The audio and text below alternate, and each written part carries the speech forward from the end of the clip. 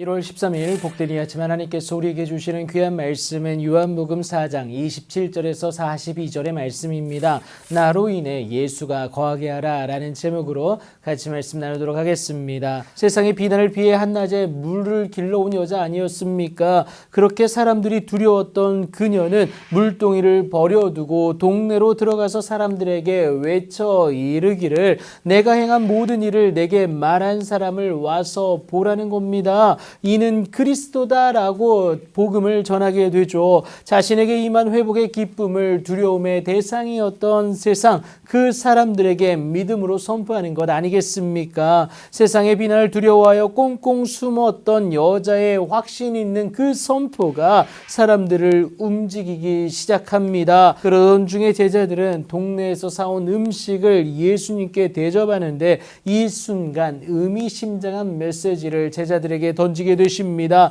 너희가 알지 못하는 먹을 양식이 있다는 건데요. 그렇다고 누가 갖다 드린 것은 아닙니다. 예수님이 말씀하신 그 양식은 나를 보내시니 곧 하나님의 뜻을 행하며 그의 일을 온전히 이루는 이것인데 하나님의 형상을 가진 하나님의 자녀들의 구원이다라는 거예요. 이 사실을 전해야 됩니다. 하지만 인간의 생각, 그 계산에 넉 달이 지나야 출소할 때가 이르겠다라고 할 뿐 움직일 생각조차 하지를 않습니다. 인간의 사고에 갇혀 유대인으로서 사마리아를 판단한 그 모습을 책망하신 건 아닐까요?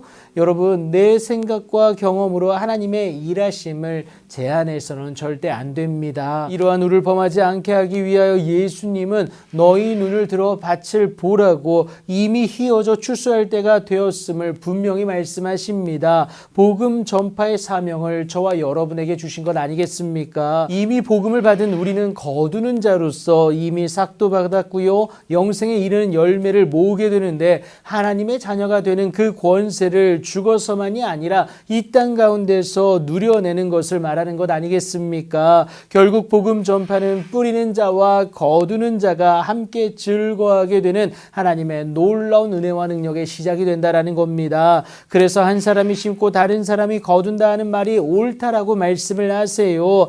비록 내가 그 씨앗을 뿌리지 않았을지라도 거두는 사명을 통해 뿌린 자 못지않은 기쁨과 은혜를 누린다라는 것을 말하고 있습니다. 이 때문에 예수님은 내가 너희로 노력하지 아니한 것을 거두러 보내었노니 다른 사람들은 노력하였고 그들이 노력한 것에 참여하였음을 말씀하고 계신 것 아니겠습니까? 그래서 교만할 필요도 없고요. 무엇보다 인간의 제한된 사고로 하나님의 일하심을 막는 우를 범해서는 안 됩니다. 유대인인 제자들의 입장에서 사마리아인에 대한 차별적 사고를 지적하고 계신 겁니다. 그렇게 예수님을 만나고 온전한 깨달음을 얻은 사마리아 여자는 내가 행한 모든 것을 그가 내게 말하였다라고 증언함으로 그리스도 되신 예수를 전하게 됩니다. 그렇게 변화된 그녀의 모습이 동네 중에 많은 사마리아인으로 예수를 믿게 하게 되는데요. 그녀의 어제와 오늘이 확연히 달라졌기 때문에 그렇습니다.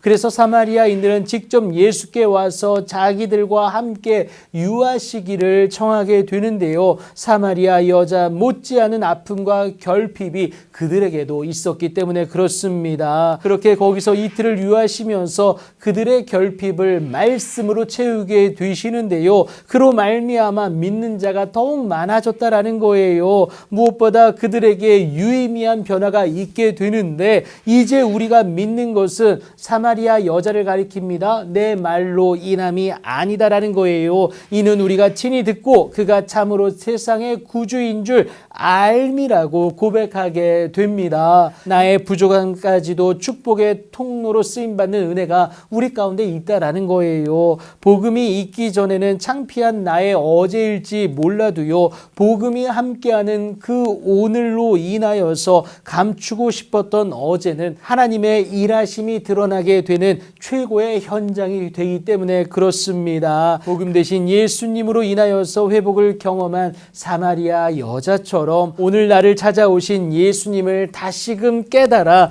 완전한 회복의 기쁨을 누리게 되는 여러분들의 귀하고 복된 오늘이 되길 예수님의 이름으로 축복합니다.